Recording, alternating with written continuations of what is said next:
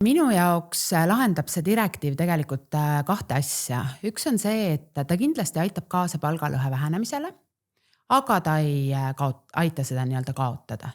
Et me kindlasti näeme endiselt palgalõhet ja ütleme nii, et kui vaadata seda sellest aspektist, et on naised ja mehed ja nende palgalõhe, siis see ei kao kuskile, sest meil on tegelikult hästi tugev segregeeritus ka teatud erialadel ja valdkondades.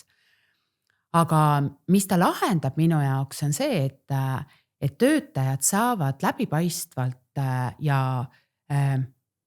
ütleme, põhjendatult aru, kuidas see tasu tekib.